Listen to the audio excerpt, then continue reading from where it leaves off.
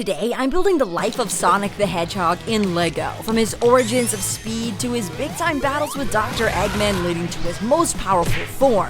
And this is gonna be heavily inspired by the movies because, let's be real, the Sonic lore over the course of 20+ major games, novels, spin-offs, and remakes makes the timeline and story a little bit murky. So, let's do this.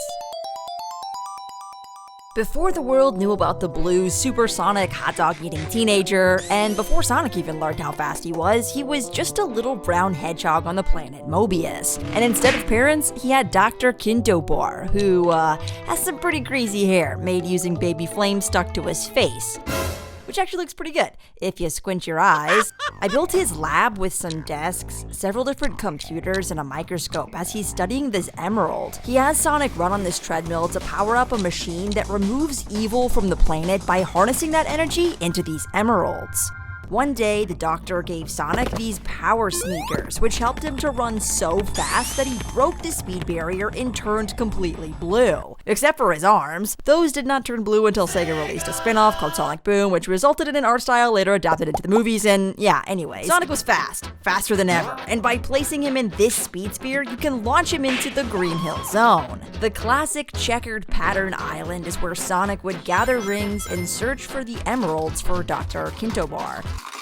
But all that running really worked up an appetite. So the doctor and Sonic went to grab some food, but all that he had in the fridge was this old egg. Man, how long has that been in there? The smell took him by surprise, causing him to trip and fall into his chaos machine. Dr. Kinto, what? Everything flipped backwards. He wasn't Kintobar any longer, but Robotnit. And that's how he got his name as Eggman? I guess it really does only take one bad egg. Dr. Robotnit absorbed all the evil from the emeralds and tried to take Sonic's power too. You're too slow. Instead, Eggman captured animals around the island and forced them to pilot these robots he called badniks, like Chopper and Neutron, which come in this Green Hill Zone Loop Challenge set, along with this egg mech that's equipped with a stud shooter, this laser, a huge saw, and a pinchy grabby thing. Connecting all of these ramp sections together forms one big loop. There's also a ramp up to this huge ring, this rickety bridge and fountain, this wobbly palm tree, and finally, our boss, Eggman, in his egg walker thing. Anyways, let it rip! But at last, Sonic bashed into Eggman, knocking him off his feet. But it's not over, because Eggman detached from his broken legs, flew away, and hit puberty.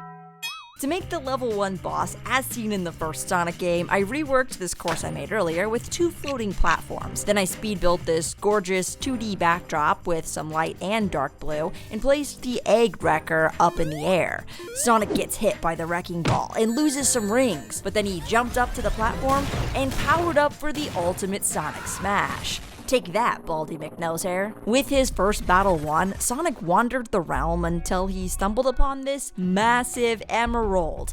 Wonder what that is. Must be important because it's being guarded by a tribe of echidna. Echidnas? Echidnae? Hey, what's the plural of echidna, huh? What? Just then, this great warrior owl swooped in and stole the emerald. Oh boy, got a juice. Turns out that owl was Longclaw, the rightful protector of the Master Emerald. And I built Longclaw using some Technic bricks for her eyes, these cool slopes for the ears, feathers, and horns, and a body using some downward slopes as the wing. And then of course I adorned her with this golden chain for accuracy. Longclaw saw how young and powerful Sonic was, so she took care of him. Until one day, when the Echidna tribe sprung an attack to take back the emerald. She gave Sonic these magic rings to teleport him somewhere safe. And eventually, that's how Sonic came to Earth. So let's build Sonic's Earth home. Literally, like it's a hole in the ground. To build Sonic's den, first I placed in some rocks around the edges of this room, and then decorated it with road signs and posters as seen in the movie. His classic red beanbag chair is right under the entrance, next to this boombox, and I put in a chest full of useful items. This place has everything, from a library, a home gym, a state-of-the-art home security system, and even this makeshift ping pong table where Sonic is so fast that he can play with himself. Oh, and I forgot to mention, Sonic's arms are finally blue. Everything was awesome, except for the fact that Sonic was really lonely and in danger. Tell me where it is. I used an all-black minifigure with this black mustache and a receding hairline. At least he still has hair. I just thought you might like a latte with steamed Austrian goat milk. Then for his assistant, Agent Stone, I gave him a suit and 2 Austrian goat milk lattes. Of course I want a latte. I love the way you make them! Eggman was after Sonic, but what Sonic didn't realize is that he dropped a quill on the way out, and Eggman uses it to power up his brand new machine. I built Eggman's plane thingy using this Lego City spaceship that already has a really great shape to it, but just needed to alter the wings. So I added in these round turbines and reworked the back of the ship to make it as accurate as possible. Meanwhile, Sonic was taking refuge with his favorite local deputy, Tom Wachowski, also known as Donut Lord, and his wife here, Maddie Wachowski. They agree to help Sonic, but instead find themselves plummeting down the side of a skyscraper.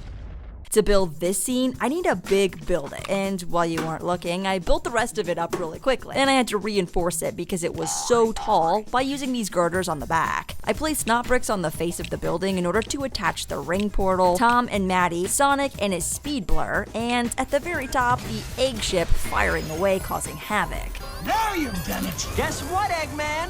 I'm not leaving Earth.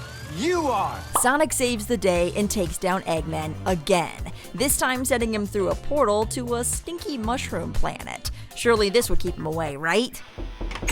It's Knuckles! And he's here for revenge for getting distracted by Sonic and losing the Master Emerald earlier. Knuckles has insane strength and somehow managed to stop Sonic's speed sphere. Fortunately, this cunning two-tailed fox showed up in the nick of time, and I didn't have the right vehicle, so I put him in a Cybertruck. Anyways, it's Tails, and together they figure out that Dr. Robotnik and Knuckles were trying to steal the Master Emerald hidden on Earth. But first, we gotta update Dr. Robotnik. I used this mustache face print and these goggles that are stuck to his head in order to create Baldy McNosehair, who totally tricks Sonic and Knuckles and steals the Master Emerald for himself, allowing him to power up this massive egg machine. And I definitely don't have the parts to build this, so through the power of teamwork, Tails and Knuckles knock the Master Emerald out of Eggman, allowing Sonic to fuse with all 7 Chaos Emeralds and become Super Sonic. This golden boy literally becomes invincible and takes down Eggman for the last time. Okay,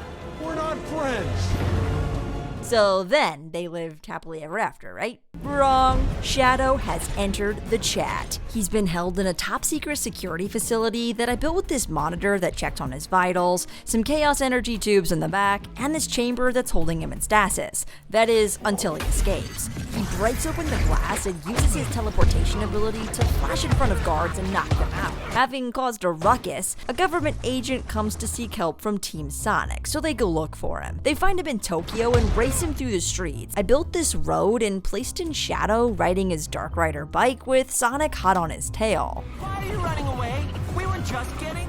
Eggman was behind it, but it turns out Eggman was clueless and fat. Instead, it was scientist Gerald Robotnik, who happens to be Eggman's grandfather's friend Maria. So now they want to destroy the entire world as revenge. Makes perfect sense, right? Sonic sets out to stop him from destroying the world. Shadow punches him and steals some of the Chaos Emeralds and becomes Super Shadow. They have a super epic showdown, and after finally pinning him down, Sonic tells Shadow they can't just seek revenge. And together, they stop Gerald Robotnik from blowing up the Earth with an inconspicuous death egg that has nothing to do with the Death Star. And now they all live happily ever after. But I guess we'll have to wait and see what happens in Sonic 4. So until then, be sure to let me know which scene from Sonic's life was your favorite, like the video, and until next time, gotta buzz, cuz.